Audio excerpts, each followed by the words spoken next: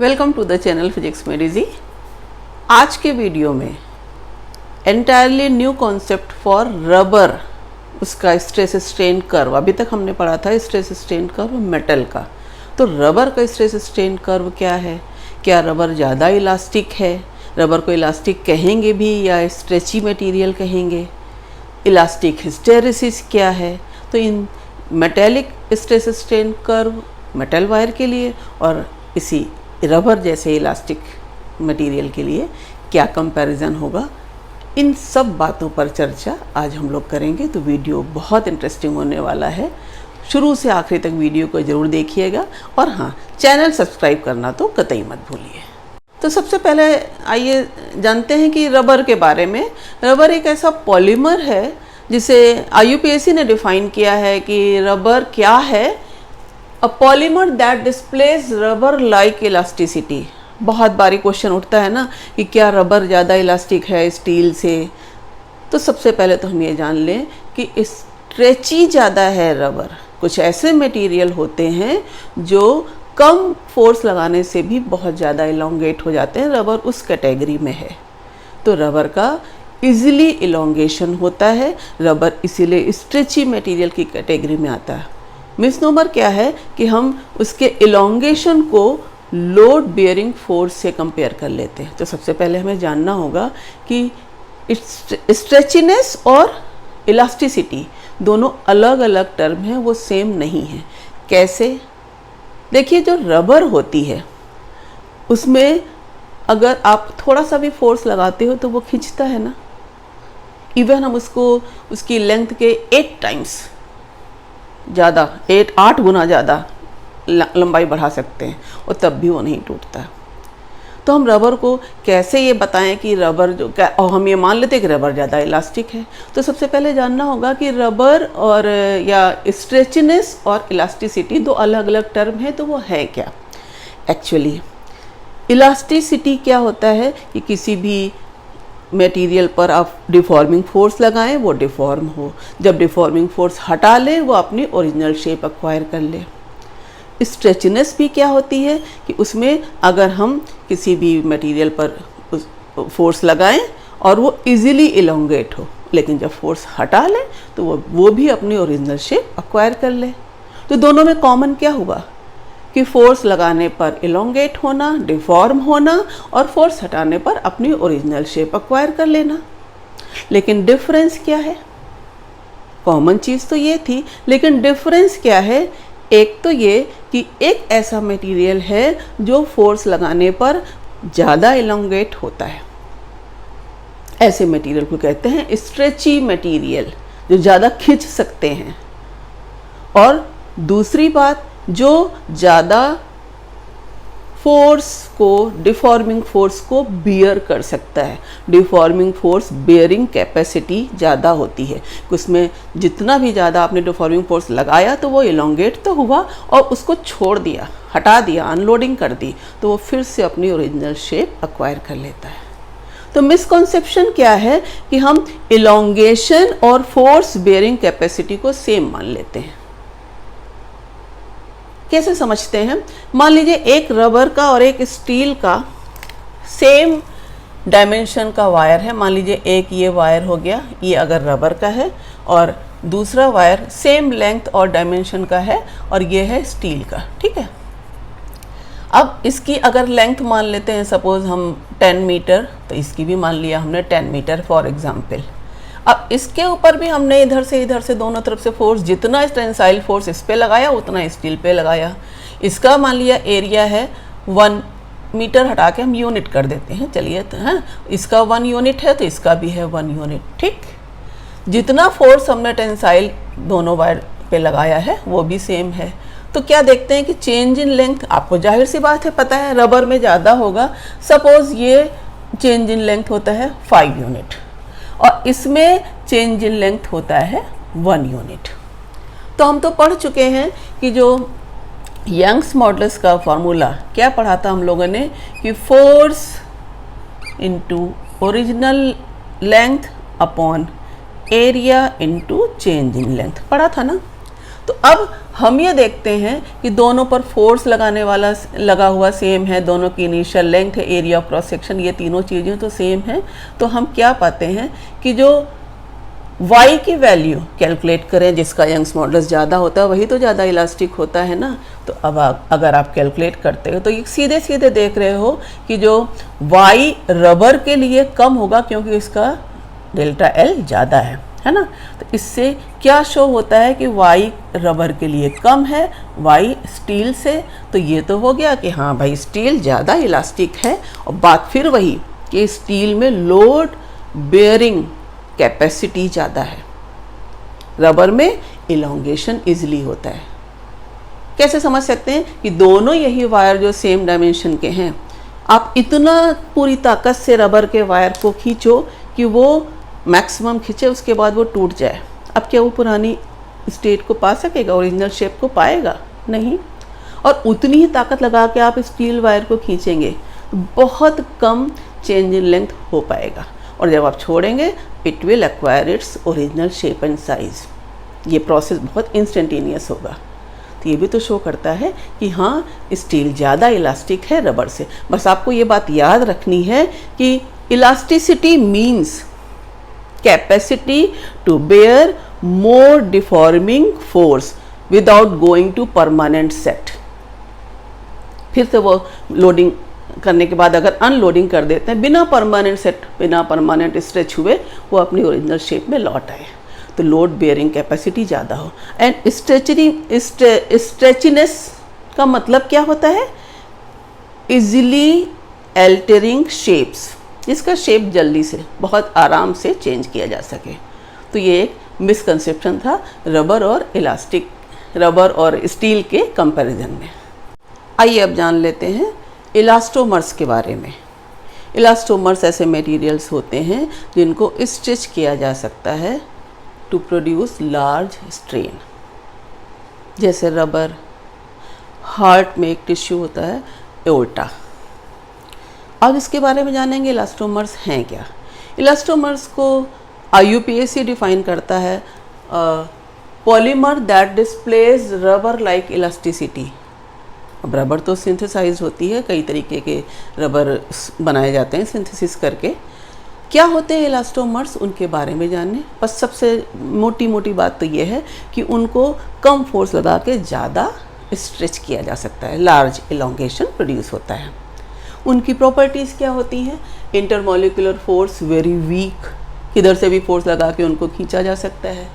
लो temperature flexibility, high yield strength, low Young's modulus, negligible.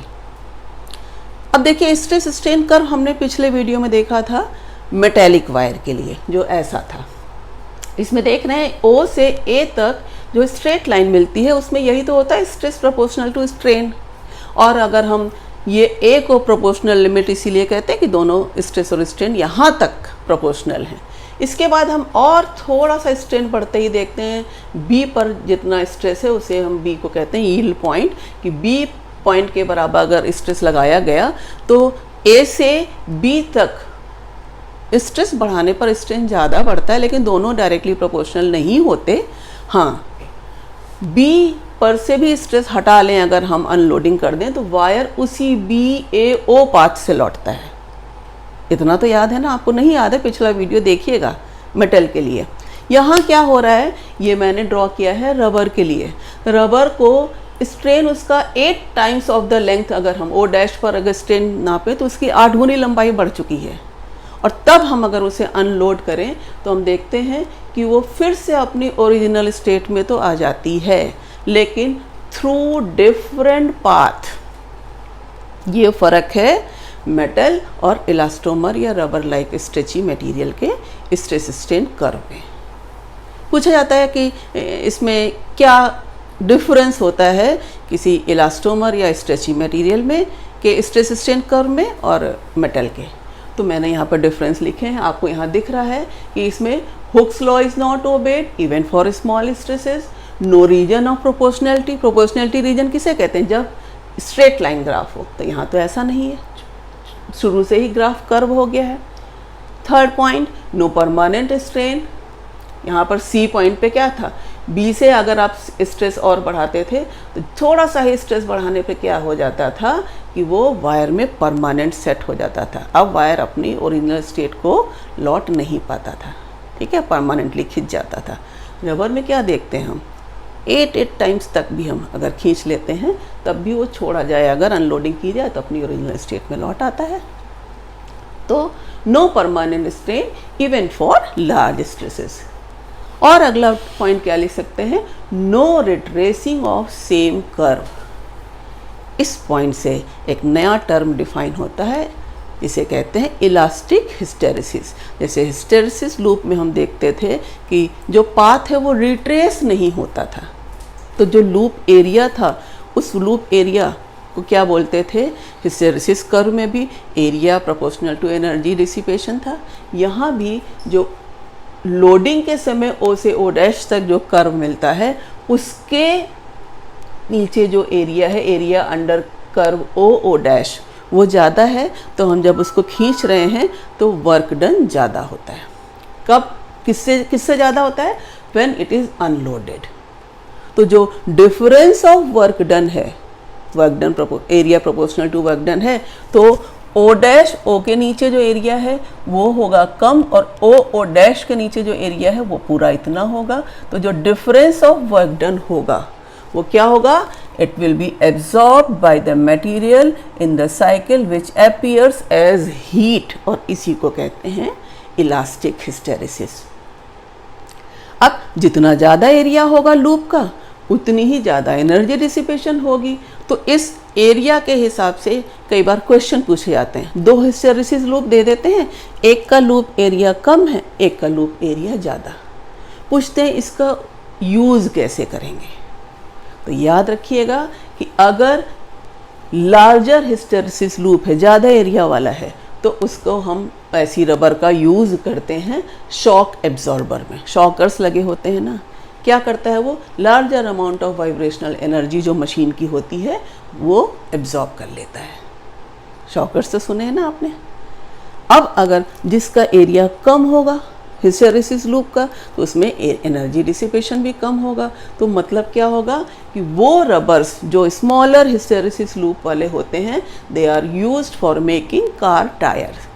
मतलब क्या कि जो energy dissipation is minimized to avoid excessive heating in the tyre, less wear and tear होता है। भाई tyre car का कम घिसे, एनर्जी डिसिपेशन कम हो, तो कैसा रबर होता है उसके लिए, वल्कनाइज्ड रबर। कैसा, जिसमें लूप एरिया कम हो, एनर्जी डिसिपेशन कम होगा, वियर एंड टियर कम होगा। तो ऐसे। अब अगर आपसे एक कंसेप्चुअल क्वेश्चन पूछा जाता है कि रबर जैसे मटेरियल में अगर 100% एलोंगेट कर दें, उसकी लेंथ पहले से डबल कर दें और फिर उसको छोड़ दें, फिर वो अपनी ओरिजिनल लेंथ में लौट आती है, ओरिजिनल शेप को एक्वायर कर लेती है, तो क्या इसमें जो रिस्टोरिंग फोर्स है वो कंजर्वेटिव है? क्या लगता है? नो।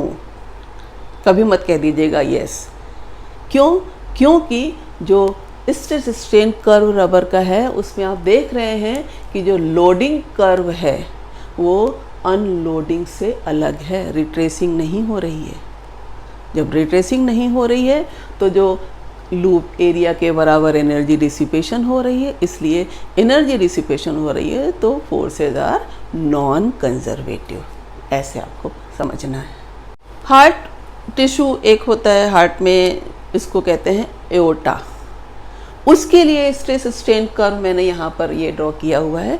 इसमें स्ट्रेस और स्ट्रेन डायरेक्टली प्रोपोर्शनल नहीं है। यहाँ भी आप देख रहे हैं कर्व का शेप ऐसा है।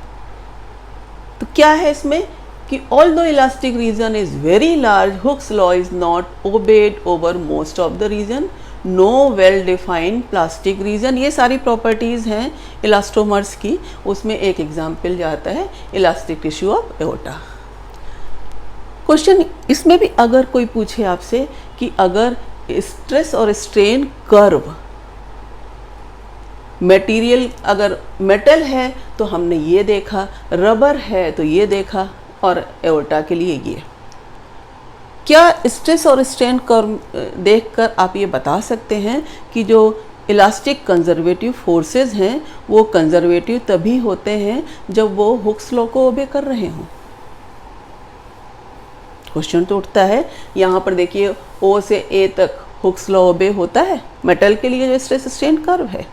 तो क्या स्ट्रेस और स्ट्रेन कर्व में जब हुक्स लॉ फॉलो होता है, इलास्टिक फोर्सेस रिस्टोरिंग फोर्सेस जो होते हैं, क्या वो कंजर्वेटिव होते हैं खाली इसके लिए? या अगर नॉन लीनियर कर्व है तब भी वो कंजर्वेटिव हो सकते हैं? क्या जवाब होगा? यस, नॉन लीनियर कर्व में वो कंजर्वेटिव तब होंगे जब उसका लोडिंग और रीलोडिंग कर्व सेम हो, ट्रेसिंग सेम हो। अगर ऐसी ट्रेसिंग होगी तो नहीं, लूप एरिया ही तो वर्क डन है, एनर्जी डिसिपेशन। अगर लोडिंग और रीलोडिंग सेम कर्व के थ्रू होती है, सेम कर्व रिप्रेजेंट करता है जिस कर्व से लोडिंग हो रही है, और आफ्टर रीलोडिंग या आप रिफॉर्मिंग फोर्स हटाते हो, सेम कर्व इज रिट्रेस्ड, तो हाँ, जो रिस्टोरिंग फोर्सेस हैं वो कैसे हैं? कंजर्वेटिव। आइए देखते हैं दो क्वेश्चंस जो एम्स में पूछे गए हैं। पहला क्वेश्चन है एम्स 2002 में पूछा गया, असर्शन रीजन क्वेश्चन है। इसमें दो स्टेटमेंट दिए होंगे, अगर ए लिखा है तो वो असर्शन और रीजन। आपको बताना होता है ए बी सी डी में से कौन सा आंसर करेक्ट है। ए क्या पार्ट कह रहा है कि अगर असर्शन और रीजन दोनों सही है और reason is the correct explanation of assertion. B क्या कहता है? दोनों सही है लेकिन रीजन जो है वो करेक्ट एक्सप्लेनेशन नहीं है असर्शन का। सी कहता है A is true R is false, assertion सही है रीजन फॉल्स है। और डी कहता है ना ही असर्शन सही है और ना ही रीजन। तो आपको इसमें से ए बी सी डी में आंसर देना होता है, तो आपको कॉन्सेप्ट अगर आता है तो आप दे पाते हैं। अब देखिए दो स्टेटमेंट जैसे पहले क्वेश्चन में दिए हैं, क्या असर्शन है? Stress is the internal force per unit area. पढ़ा है आपने, जो आप फोर्स अप्लाई करते हैं तो इंटरनल फोर्स भी तो अपोजिट डायरेक्शन में प्रोड्यूस होता है, वो internal force per unit area ही तो स्ट्रेस होता है। तो ये क्या है? ट्रू। अब रीजन पर आते हैं, rubber is more elastic than steel. क्या ये सही है? रबर तो स्ट्रेची मटेरियल है, रबर तो लेस इलास्टिक हुई ना, फिर रबर के लिए खिंचाव ज़्यादा, यंग्स मॉडुलस कम कंपेयर करके इसी वीडियो में मैंने बताया है। तो रीज़न गलत है। तो ए सही है और आर गलत। तो कौन सा ऑप्शन हुआ इसमें से? C, A is true R is false. इस क्वेश्चन के लिए आपको जो आंसर लिखना होता है, टिक करना होता है, तो वो किस पर लगाते हैं आप? सी पर। अब आते हैं सेकंड क्वेश्चन पर। ये भी पूछा गया है 1997 में एम्स में ही। असर्शन क्या है? Lead is more elastic than rubber. Yes, it is true. Reason क्या है? if some load is loaded on the lead and rubber wire of same cross sectional area, the strain of lead is very much less than that of rubber. अगर आपने same load लगा रखा है lead wire पे और rubber wire पे, तो कौन ज़्यादा खींचेगा? रबर। कौन कम खींचेगा? इसमें स्ट्रेन कम होगा लेड पर। तो वही तो लिखा है, strain of lead is very much less than that of rubber. तो ये भी सही है। कौन सा ऑप्शन होगा? Option A. तो इसका आंसर होगा ए। तो हम इस तरीके से सॉल्व करते हैं कॉन्सेप्चुअल क्वेश्चंस, जब हमें पूरी प्रॉपर्टीज़ इलास्टोमर्स की, मेटल के और इलास्टोमर के स्ट्रेस स्ट्रेन कर्व के बारे में जानकारी होती है। तो हमने आज इस वीडियो से कंपेयर किए कर्व्स स्ट्रेस स्ट्रेन के इलास्टोमर के लिए, और जाना मेटल वायर के लिए, और ये भी जाना कि स्ट्रेचनेस और इलास्टिसिटी एंटायरली डिफरेंट हैं। हम उनको मिसनोमर या ऐसे मान लेते हैं कि नहीं दोनों सेम है, वो खिंचती तो है और छोड़ देने पे लौट तो आती है। अब आपको समझ में, उम्मीद करती हूँ, आ गया होगा कि जो ज़्यादा खिंचे वो स्ट्रेची है, और जो ज़्यादा फोर्स बियरिंग कैपेसिटी, जिनमें ज़्यादा हो लोड बियरिंग कैपेसिटी और फोर्स हटाने पर अपनी ओरिजिनल पोजीशन में लौट आए, वो ज़्यादा इलास्टिक है। उम्मीद करती हूँ वीडियो आपको ज़रूर पसंद आया होगा। Thank you.